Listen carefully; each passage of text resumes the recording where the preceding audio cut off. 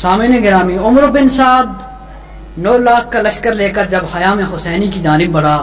تو مولا حسین علیہ السلام نے فرمایا، میرے بھائی اہی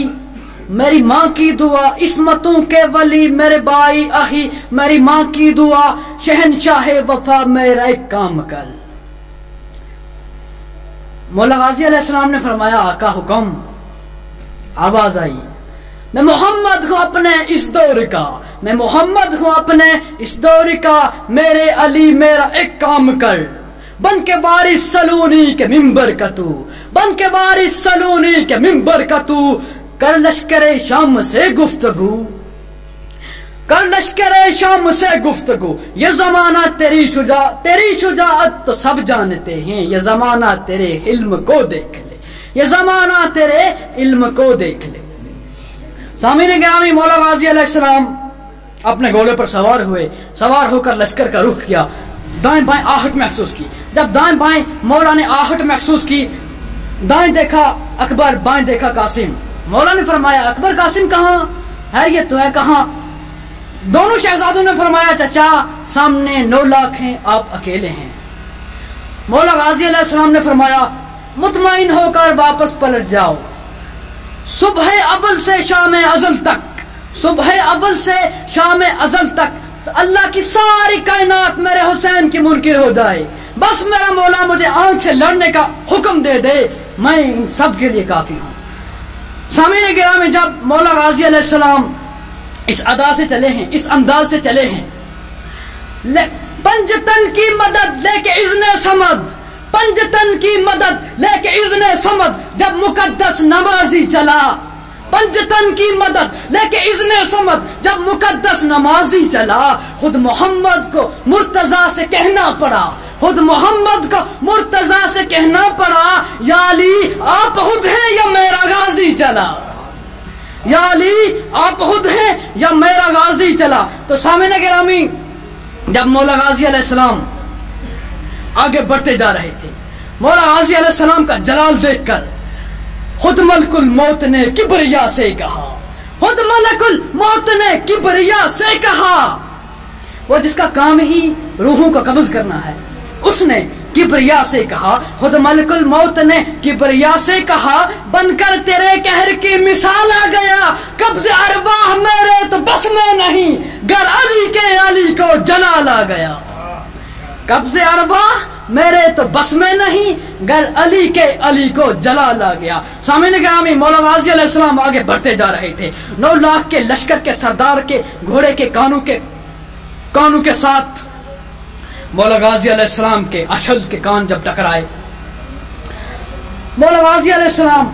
خطبہ دے رہے ہیں 9 لاکھ کو، اور ان سے فرما رہے ہیں، بدچلن بے ادب لا نسب شام یو، یہ ہجوم میں بغاوت یہاں کس لیے؟ اے بھیڑ بکریوں کا گروہ، تم شیر کے دروازے پر یہاں کس لیے آ گئے؟ تم بھیڑ بکریوں کا گروہ ہو کر شیر کو شکار کرنے آ گئے ہو، بدچلن بے ادب لا نسب شام یو، یہ ہجوم میں بغاوت یہاں کس لیے؟ تمہیں پتہ نہیں تم یہاں کس لیے چلے آئے ہو؟ ایک شخص نے مولا سے فرمایا، ایک ملعون نے مولا سے کہا، غازی واپس پلٹ جا، عباس پلٹ جا، نہیں تو مارا جائے گا۔ مولا غازی علیہ السلام کے کانوں میں جب یہ جملہ پڑا، ام البنین کا دودھ، حیدر کا لہو، گلاب سیرت سے گلاب صورت ہو گیا، گلاب سیرت سے گلاب صورت ہو کر مولا نے فرمایا، تم 10 لاکھ ہو، تیغ اٹھانے کی مہلت ہی نہ، میں جو چاہوں تو میرے ایک اشارے پہ تم، میں جو چاہوں تو میرے ایک اشارے پہ تم زندگی کی حدوں سے گزر جاؤ گے، تیغ اٹھانے کی مہلت ہی نہ دوں۔ ایک شخص نے کہا، عباس یہ کیسا انصاف، تو ہمیں تیغ اٹھانے کی مہلت ہی نہ دے؟ مولا نے فرمایا، مہلت دے ہی دوں، تیغ ہی نہ چلے پھر کدھر جاؤ گے؟ اس شہنشاہ وفا کی شان میں قصیدے کے چند اشعار آپ حضرات کی بہترین سماعتوں کی نظر۔ جھکتے ہیں جہاں شاہ بھی، جھکتے ہیں جہاں شاہ بھی، تیرا وہ آستان عباس تیرے در سا، عباس تیرے در سا دنیا میں در کہاں ہے، عباس تیرے در سا دنیا میں در کہاں ہے، تو قمر بنی ہاشم، تو قمر بنی ہاشم، زہرا کی تو دعا ہے، تو قمر بنی ہاشم، زہرا کی تو دعا ہے، سایہ تیرے علم کا، سایہ تیرے علم کا، دو جگ پہ باہودہ ہے، تیرے علم کو چومنے، تیرے علم کو چومنے جھکتا ہے آسمان، تیرے علم کو چومنے جھکتا ہے آسمان، شیر خدا ہے بابا، شیر خدا ہے بابا، شیر کربلا تو، شیر خدا ہے بابا، شیر کربلا تو، تیرے در پہ جو بھی آئے، تیرے در پہ جو بھی آئے، مشکل کرے کشا تو، تیرے در پہ جو بھی آئے، مشکل کرے کشا تو، تیرے دیے جلاتا، تیرے دیے جلاتا ہے آسمان، عباس تیرے در سا دنیا میں در کہاں ہے، عباس تیرے در سا دنیا میں در کہاں ہے، ہدیہ صلوات بابا سے بنا۔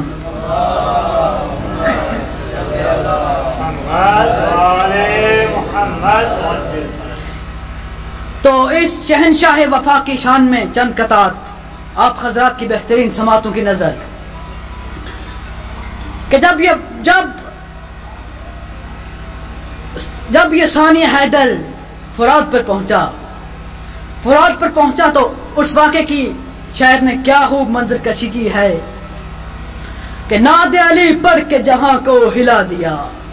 ناد علی پڑھ کے جہاں کو ہلا دیا، ایک شیر نے فرات سے سب کو بھگا دیا، ایک شیر نے فرات سے سب کو بھگا دیا، چلو میں بھر کے آب پانی پہ مار کر، چلو میں بھر کے آب پانی پہ مار کر، عباس نے فرات کو پانی پلا دیا۔ تو سامعین گرامی، ایک اور شاعر نے مولا کی شان میں کیا خوب نذرانہ عقیدت پیش کیا، وہ فرماتا ہے، وہ شاعر فرماتے ہیں کہ ہے زینب و کلثوم کا آسرا عباس، ہے زینب و کلثوم کا آسرا عباس، ہم غریبوں کا بھی ہے سہارا عباس، ہم غریبوں کا ہے سہارا عباس، تیرا پرچم اس لیے جہاں میں جھکتا نہیں میرے غازی، تیرا پرچم اس لیے جہاں میں جھکتا نہیں میرے غازی، کہ شان کے فاطمہ زہرا کی ہے دعا عباس۔ تو سامعین گرامی، مولا علی علیہ السلام نے اپنے بھائی حضرت عقیل علیہ السلام سے فرمایا کہ مجھے ایک بہادر خاندان سے بہادر خاندان سے مجھے ایک رشتہ چاہیے. تو سامعین گرامی اب پوچھ کون رہا ہے؟ پوچھ وہ رہا ہے کہ جس کی تلوار شجروں کو دیکھ کر چلا کرتی ہے. وہ مولا کائنات پوچھ رہا ہے کہ جس کی تلوار شجروں کو دیکھ کر چلا کرتی ہے. تو اب آپ کا میری سمجھ میں یہاں تک آتا ہے کہ مولا علی علیہ السلام کا اپنے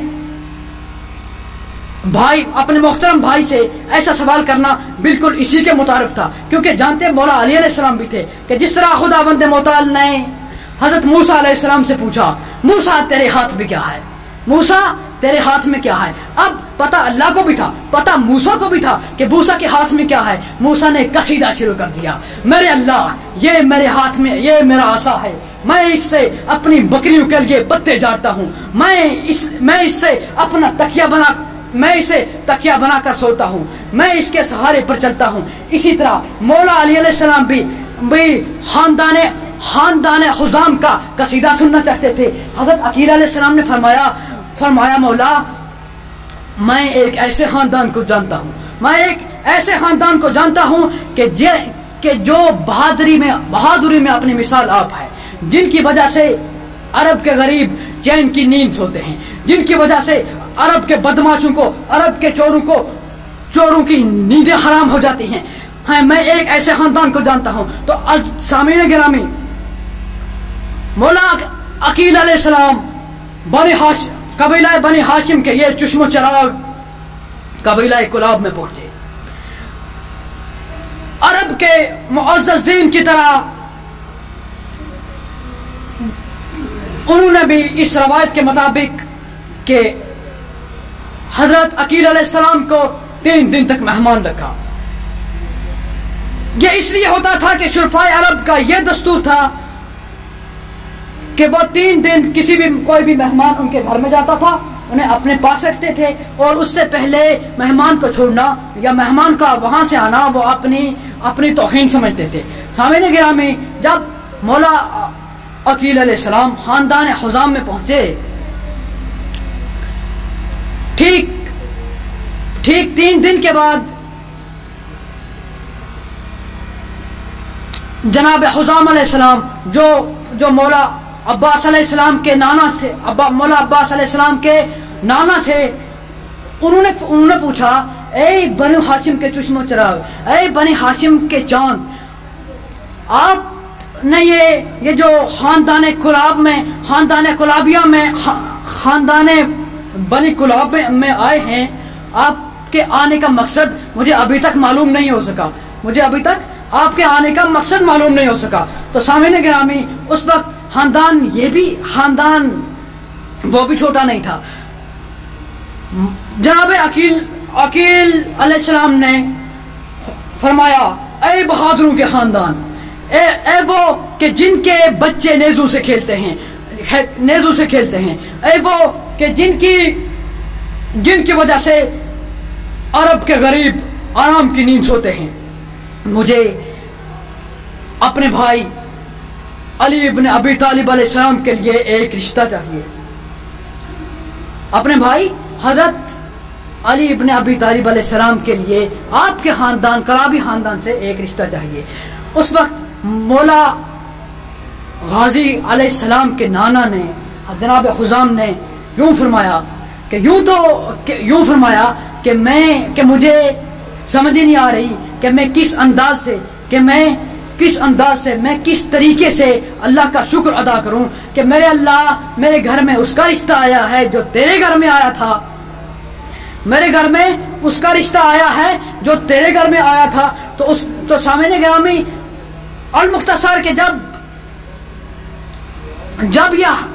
مولا علی علیہ السلام کے نکاح کا وقت قریب آیا تو مولا علی علیہ السلام کی بارات جب گھر سے نکلی تو بارات کا روب ہی بڑا تھا. ابراہیم تاج خلت سر پہ پہنے ہوئے تھے، داؤد علی کا سیغہ پڑھ رہا تھا.